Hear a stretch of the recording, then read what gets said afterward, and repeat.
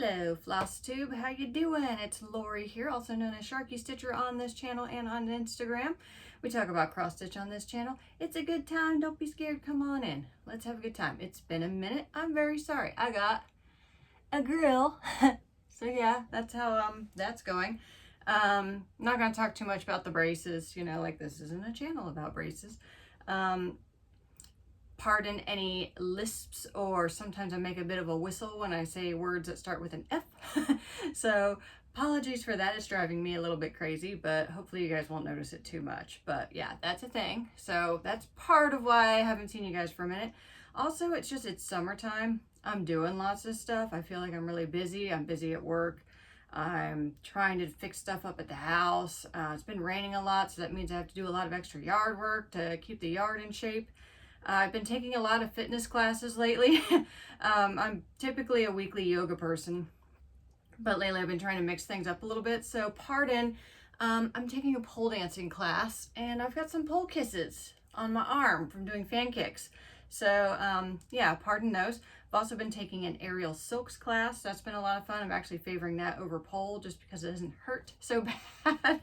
I don't get silk kisses. I do get silk burns though sometimes though. So, but yeah, that's been a lot of fun. Been trying to up my fitness game and all that, you know, trying to get the mouth in order, got to get the bod in order too. So yeah, it's all good stuff. Hope you guys are having as good of a summer.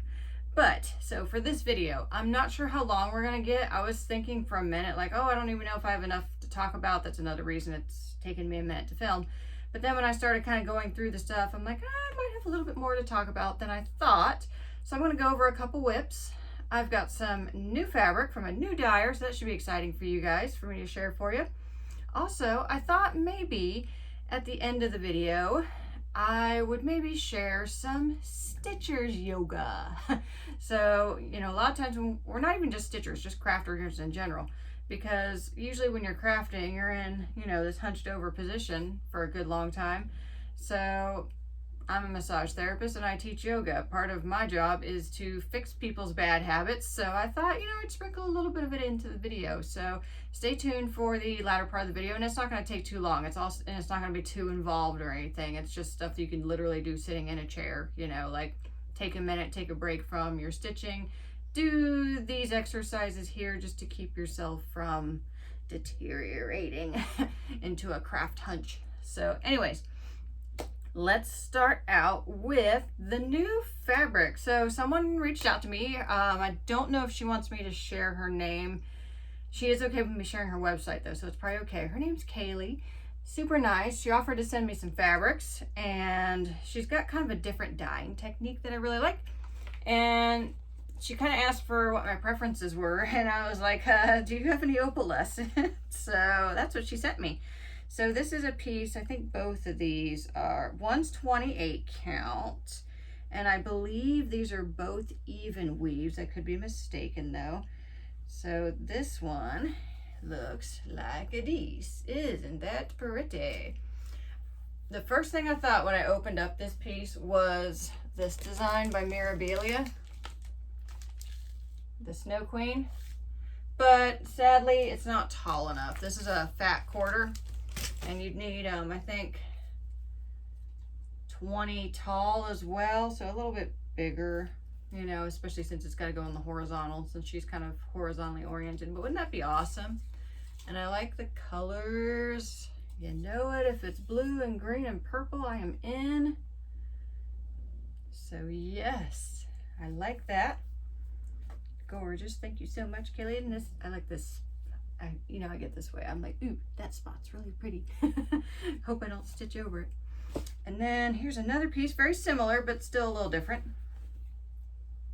And I'm thinking I might do a mermaid with this one. I just haven't picked which mermaid yet.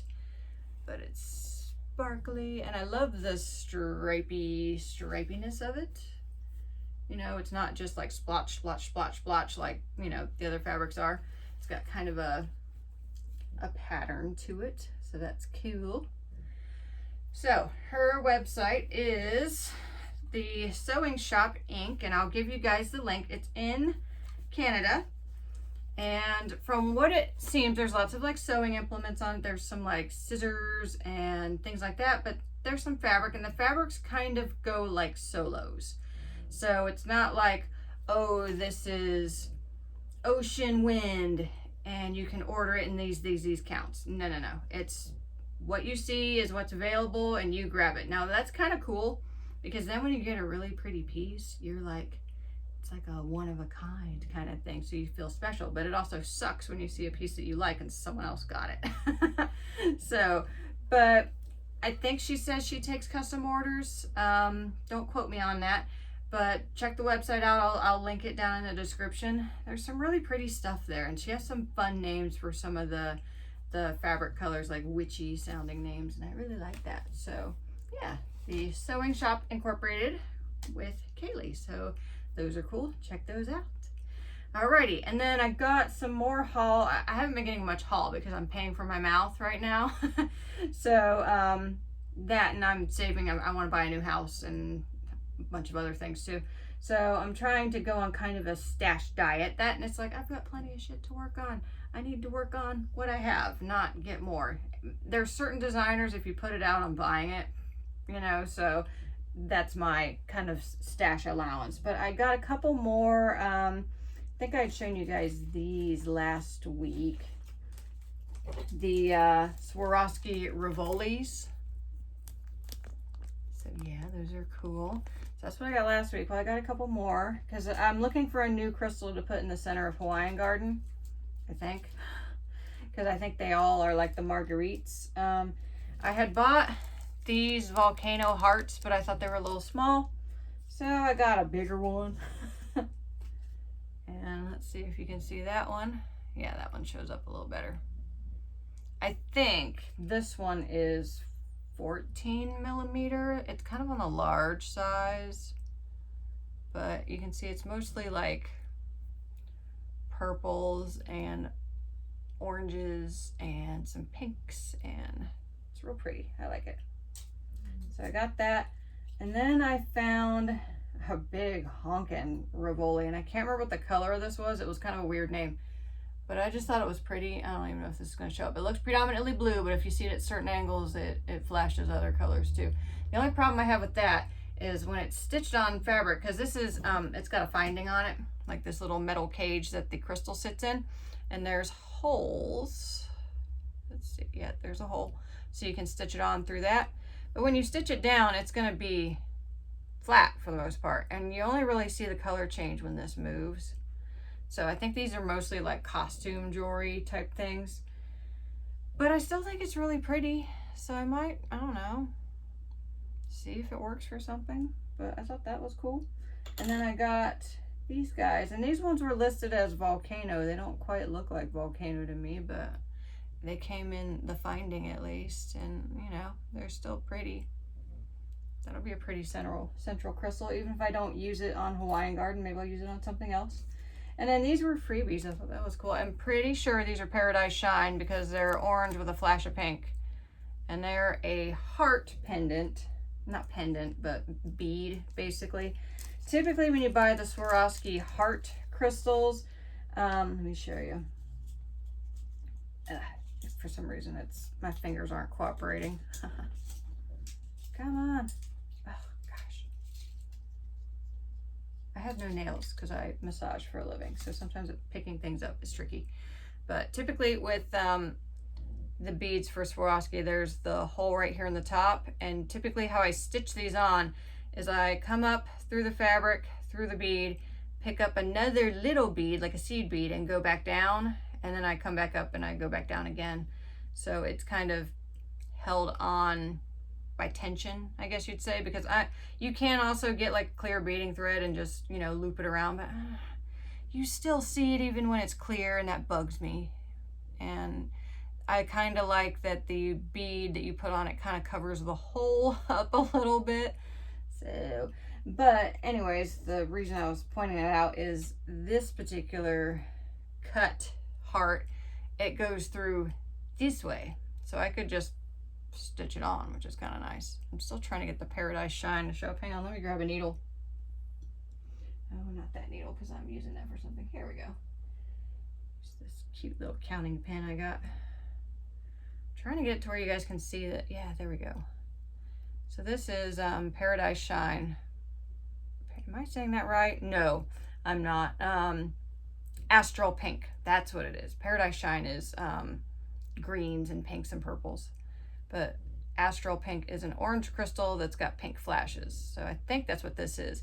And it's got kind of an interesting starburst effect, I guess. It's not showing up very well. But anyways, you get the point. But these were little freebies. I got 2 of them. So I'm like, yay, more crystal stash. Can't have enough of those. Okay, gosh, fingers are not working tonight, guys. So, okay, putting that away. Okay, so then let's move on to my Misty Morning Vineyard whip. I think I was stitching on that in my last video. I didn't check. Typically, I check what I was talking about in my last video, but I didn't do that this time. My bad. But anyways, I got to show you my Misty Morning Vineyard whip. This is where I left it. All right, let's see here. Do I have something I can put behind here so the light doesn't drive through? Yes. There we go. All right, so this is hard to see, but sorry, don't want to make you seasick. But I was working on these pillars and I was getting super excited because basically this is the absolute edge. Like this is the end. So that means I kind of technically struck border. And I was going to round the corner and finish this half of that. But I don't know, I got to this part and all of a sudden I was ready for a new project. And I thought instead of making myself finish stitching these pillars, I was just going to switch off onto another project. So besides, I was getting to the point where I have so many options open to me on this piece that I was having a hard time deciding what to do next. I'm like, ooh, once I got these pillars done, I can work on the arches, or I could work on the lattice work, or I can add the roses or the leaves, or I could do like these things here, or I could add some more beads, or I could do special. Like it was just like too many options. Getting kind of like, what do I do next? Even though it's like, I should have at least finished this part before I started getting that. I'm one of them people that like, when I'm traveling, I don't just want to know where I'm going. I want to know like, oh, what exit am I getting off? What way am I turning? And then what lane do I need? Like, I like to know the whole process. So I was getting flustered just thinking about what I was going to do next, even though I wasn't at the next yet. So I rotated off, but I am really happy with this piece. I love how it's coming, and I low-key really want to finish this one this year. I think this is the Chatelaine I have the best odds of finishing this year. I really want to finish another Chatelaine. So, but that's Misty Morning Vineyard, designed by Chatelaine Designs. So, fabric, I don't even know, like some kind of a gray. I think it's Belfast, could be Cashel though. Let's see here. The next whip I'm going to show you, a little story time for this one. Okay, so this piece I was definitely working on last time. This is Luna by Kansas City Girl and Colorado Worlds Company. And I thought I was going to have it done by this video, you know, and I think I mentioned in the last video, you know, I'm doing the moth in solid beads. And I was getting slow progress on it just because the way I have to hold it, because this is on a Q-snap. And I was kind of limiting myself to doing a couple bead lines a day because I was hunched over and I didn't want to hold on to this bad posture and get my neck and back all jacked up. So I was doing little bits at a time. But, you know, kind of getting close to being done. Well then, y'all know I love my Clay by Kim's. Well, Kim posted that she was doing Luna Moth dragons. So that meant full stop on the project that has a Luna Moth on it, because I don't have any other Luna Moth projects in the works or on deck or anything like that. So I'm like, I can't get myself a Luna Moth Clay by Kim and have no Luna Moth design to put it on. So I stopped working on it, and I managed to grab a Luna Moth Dragon by Clay by Kim. So there she is, isn't she cute? I also got one of the plain moths. So let me give you a better looky-loo at her. Oh, by the way, these are glow in the dark as well. I've got a cool picture where I've taken this into the dark. Now this floss that I've stitched this skeleton hand with is also glow in the dark. So I was having some fun turning the lights on and off with the skeleton hand, this just plain moth, and then this lovely little dragon whom I'm going to show you right now. She's so cute. So there she is. Isn't she cute? I love her. And she glows in the dark, so that's pretty cool. I know you guys can't see that too well, so sorry. I'll show you the other one as well. Just the plain moth.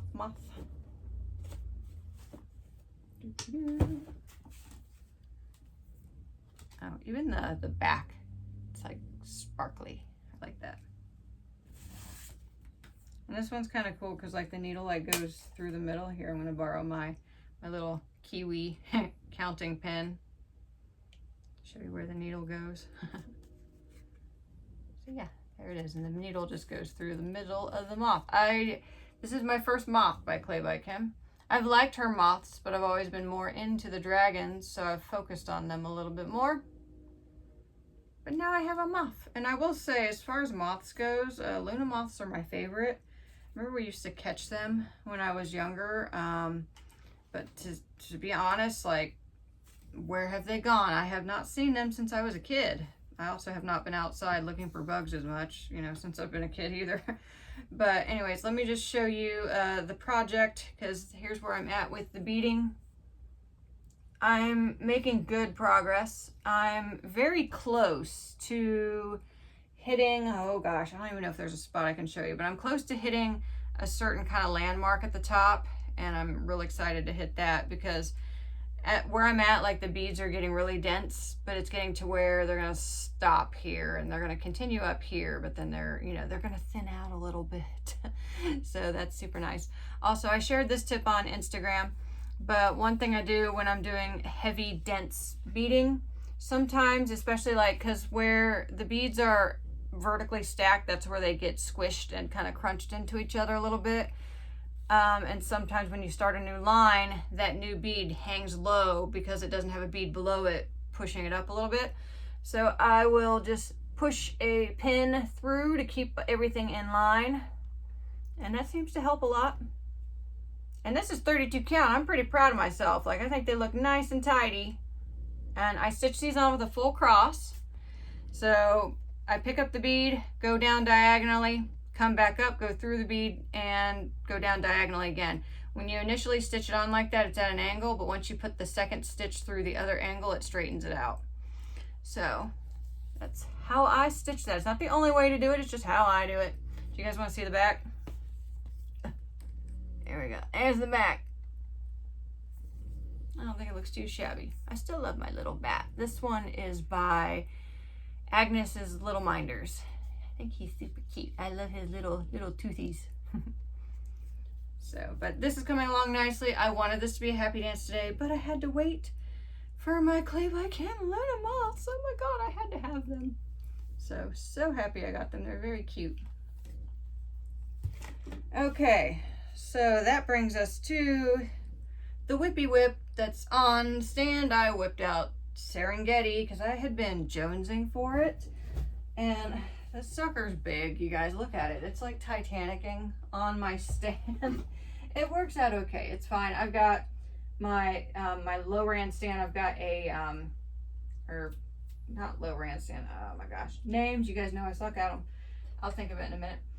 But the foot of the stand has lots of scrapbooks piled on top of it to keep it level. So, ooh, she's so big. And this is gonna sound stupid, but I got kind of excited. I'm like, oh my God, I can see the end in sight. And let me tell you why that's dumb. So you guys can see how much fabric there is. Like, I ain't nowhere close to done. But, and I'll come closer in a second. I'm just trying not to clothesline all my furniture in the meantime. Here's this elephant panel, and I've started the other 3, and I'm planning on finishing them. Then there's a hut here, here, here, here, here, here, here. Right here is one of the first big animal panels. So there's one here and there's another on each, you know, coordinate, I guess you'd say, like a compass. the words escaping me at the moment. And I started thinking, once I finish one of those animal panels, the stuff that's beyond that is kind of thin. I mean, there's a lot of it. But I don't know, it started making me feel like, oh, once you finish this part, you're on a part that practically strikes border. So why I started thinking, okay, cool, you're almost done then. False sense of progress, let me tell you. But anyways, let me show you the close-up. Here's where I'm at. Oh gosh. I'm trying, guys. This piece is super sparkly. I can never get it to show up properly. So sorry. But yeah, working on the elephant panels here. I still haven't finished beading all these. I only beaded this one here. And I'm conflicted about these squares because I thought these squares looked so cool, like on the design chart and like on other people's. But I don't think mine looked that nice. And I don't know if it has to do with like a lot of the threads in here are variegated. So maybe mine just looks different than everyone else's. But I feel like for me, there's like 1,000,000 quarter stitches in here.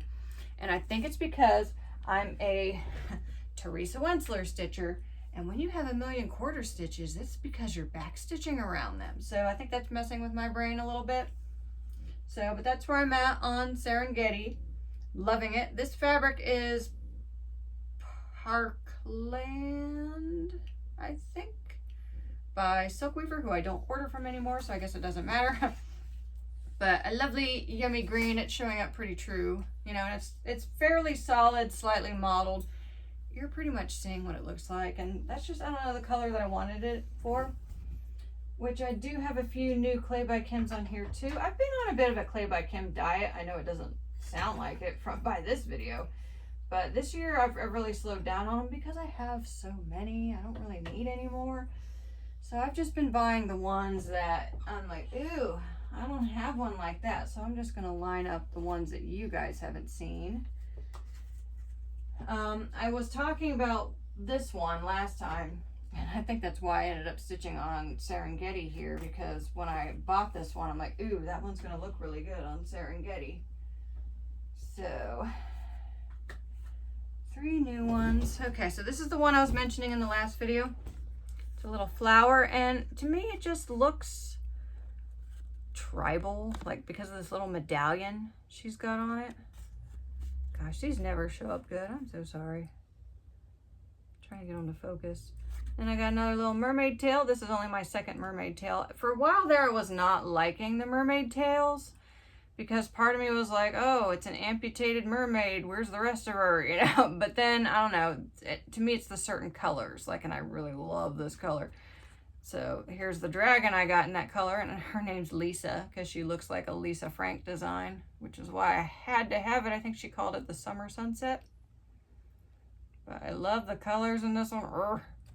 And I like the color in the mermaid. She's got little splooshes of water on her, which is super cool.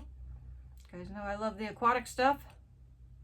So yeah, that's all my newbies, my new little dragons. And I usually have 1,000,000 of them on one project. Which on a project this big, like I have the chart I was using flipped over here just for stuff that you guys aren't gonna, it's not gonna make sense to you without the chart. But then I have another chart over here because this design is so big. And this is another reason why I have a hard time switching to using PDFs on a tablet. Because I like having my chart like literally like right there. And I know I can't do that with a tablet. So that's just me being, I don't know, a boomer. Even though I'm totally not a boomer. I'm one of them weird generations that falls in the middle so I don't have a name. So, okay. So that's where I am stitchy wise. Not a ton of progress, admittedly. I've been kind of busy. I've also been wearing my contacts a lot more, and I notice I don't want to stitch as much when I have my contacts in because I'm nearsighted. I stitch better with, you know, nothing at all. But then I have to wear my glasses, and I'm rocking braces right now. I don't really want to rock bleh. I can't talk either, apparently. I want to rock braces and glasses at the same time, you know, and go full on nerd. I mean, sometimes I don't care. I mean, if you can't tell, I got the full on metal. Like they were like, oh, do you want ceramic ones? They'll show up less. I'm like, you'll still see them. I don't care. You know, like if you can't tell, I've got a lot of metal in my ears too. I kind of like the look of metal. You know, and it's not like I'm gonna get made fun of in the lunchroom or anything, but it's more like, oh, I'm so tired of having stuff on my face, you know? So yeah, I haven't been stitching as much. Been up doing a lot of stuff. So speaking of doing stuff, do you guys want to do some stitchers yoga? So, so I'm sure all you know, this is not just stitchers. This is diamond painting. This is knitting, anything where you're in what I call a forward rounded position. So real quick anatomy lesson. This is for your own good, I promise, and I'll keep it pretty, you know, quick and dirty.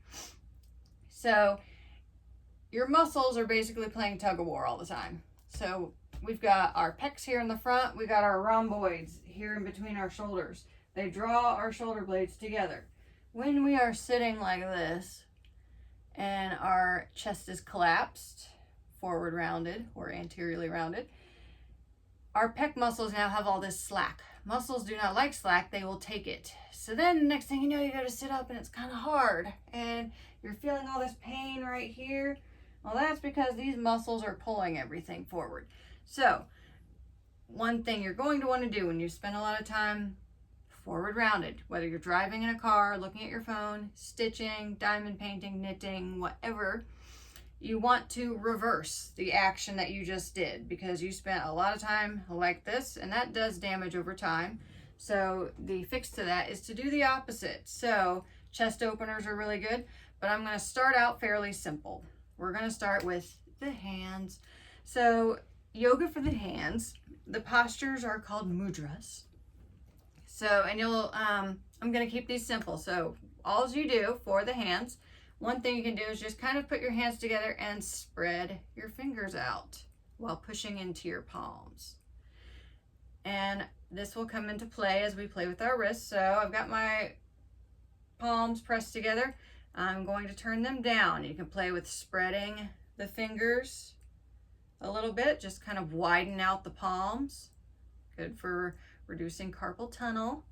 Then if you got your fingertips pointed down, think about drawing, think like you're giving yourself the Heimlich almost. You can draw those up. You should feel that right here in the flexors of your forearms. So that's real good stuff. You can also just kind of grab your palm, flip it forward, and I'm pushing into my palm with my thumb. And then switch sides.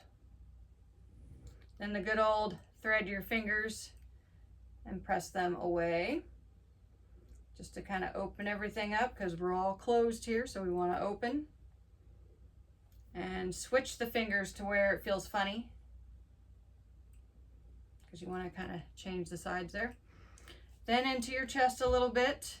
So good old this thing that you see people do. Now don't just kind of pull your arm around and pull on your elbow. Hold onto your elbow and pull your shoulder back. You'll feel that a little bit more intensely. Also, see how I got my hand under? Start reaching over. It's just going to change the angle on your deltoid that you're hitting. You can also look away with this one, and you can kind of think that you're pulling one way and you're looking the other way. So you're kind of wringing yourself out. Of course, you got to do it on the other side. Do the underarm first. Pull the shoulder away. Don't just pull the elbow towards you. Switch the hold. Kind of wring yourself out a little bit.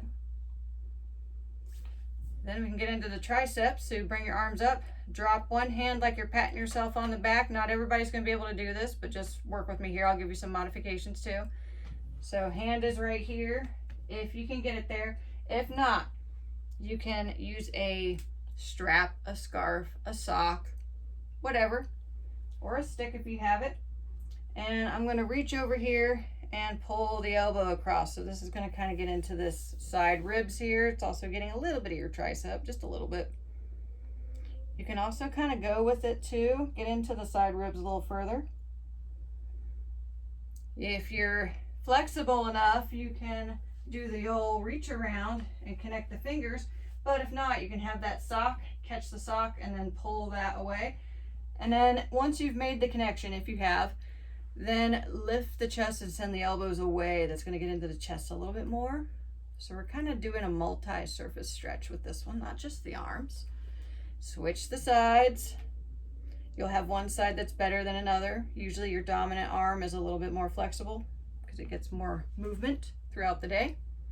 Again, once you've made the connection, lift the elbows. All right, next thing we're gonna do is eagle arms. So we're aiming to stretch these guys, the rhomboids. These are hard to stretch, but this stretch is fairly simple. So you're gonna cross your elbows, then you're gonna bend them, and if possible, you're going to cross a second time. You don't have to though. It's okay if you just have them hooked like this.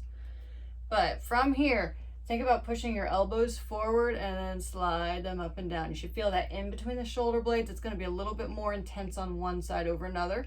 And that's okay because we're going to switch sides. Same thing. Slide the elbows forward, up and down there. Now make sure you're not doing this. You want to keep your torso still while the arms do the movement. That way you feel it right back in between these shoulder blades here. Now, whenever we do any kind of arm shoulder stuff, we're gonna feel it in our neck. So with the neck in yoga, unfortunately, the best thing you can do for your neck in yoga is not piss it off in the first place. But I'm gonna show you a tried and true good neck stretch. And this is good just like if you're at the computer a lot. So a lot of people will do the old pull the neck to the shoulder thing. I don't like doing that so much because I'll show you why. So what I'm going to have you do instead is bring one arm out to shoulder height, then drop the head. You don't have to hold on to it. You can if you want to. Then once you're here, you're going to start pushing this hand down. Think that you're trying to put the palm on the floor. It's not going to reach it, of course, but you want to feel this stretch starting to build here. A lot of times when we do this stretch, our shoulder goes up with us and then we lose the stretch. That's why I want you to do the head first and then push the shoulder down. Once you get to a nice juicy spot, you can kind of start shaking your head no. Just watch out once you get here. A lot of times when we're stretching the neck, we'll clench our jaw. So I like to kind of slide it from side to side because you're like, I'm not clenching my jaw. Then you go to move it and you're like, oh, I am. Also try not to scrunch your face, try to relax the face. Tension likes to run into its next door neighbor, so when you're working your neck, it goes into your face. Same thing on this side, head over, then press the shoulder down. And I'm kind of doing this with my palm, like I'm reaching down. It's not hitting the floor, but I'm just reaching for it.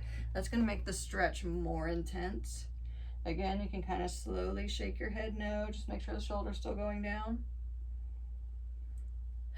And then some good old neck rolls. Now the proper way to do neck rolls, you can go as far as you want from ear to ear in the front, but if you're going up, once you get over ear to ear, I want you to lift up and over. So nothing like this. That's not very good for your neck. So instead, lift and lengthen once you get across here. So it's almost more like you're making a letter D than a circle with your head. Of course, you gotta switch directions. Roll the shoulders out, shake the wrists out. And then there's one more good thing you can do while you're sitting a lot, and that's just kind of, I'm gonna straddle the chair so you guys can see what I'm doing here. All right, so you're sitting at your chair, you know, but you've decided, you know, maybe set a timer every hour, and then you sit up, take a little quick stretch. One good thing to do after you've been forward rounded is just the basic. Grab your hands. If you can't catch your hands, you can catch a bar, a sock, a strap, a scarf, whatever. Grab the hands here, lengthen the elbows, but then lift the chest and roll the shoulders back. The goal is not so much get your hands as far away from your body as you can. More, it's important to lift the chest. You can lift the hands away from the body if that's accessible for you, but it's not as important as lifting the chest here. You can also kind of do what I call the grandfather clock and just kind of tick-tock from side to side. You'll feel that in your armpits probably. That's your serratus anterior muscle saying, hi, how you doing? My dog is wondering what I'm doing.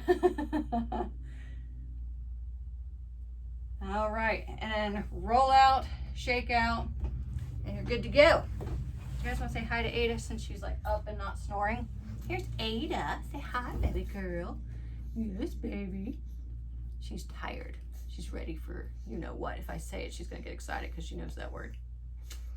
She's my baby girl. She's the one you hear most of the time. She does not like being up though, so I'm gonna put her down. She's vertically challenged. She's a ground dweller. All right, so that is some Crafty Stitchers yoga for you. So I was thinking maybe a future video doing some like legit yoga, you know, like on a mat, a little bit more full body. That's just kind of stuff you can do in your chair, you know, to fix your crafty cramps. So, but hope you guys find some use from that. I just figured I'd share it for you, and I felt bad. I haven't seen you guys in a while. Thought I'd give you something kind of useful. I know I haven't done the over one video yet. I'm still planning on doing it. There's a couple other videos I'm planning on doing too, but I've just got to find the time. Oh my God. Meanwhile, I'm going to dive back into this. I really want to get some progress on it. I don't want to stall like I did on Misty Morning Vineyard. I want to get that done. You know, I want the elephant panels done. Then I'm going to move on to doing probably one piece at a time. I am excited about doing the grass huts though. Those grass huts are really cool looking. But anyways, thank you guys so much for watching. I will see you guys next time. Bye-bye.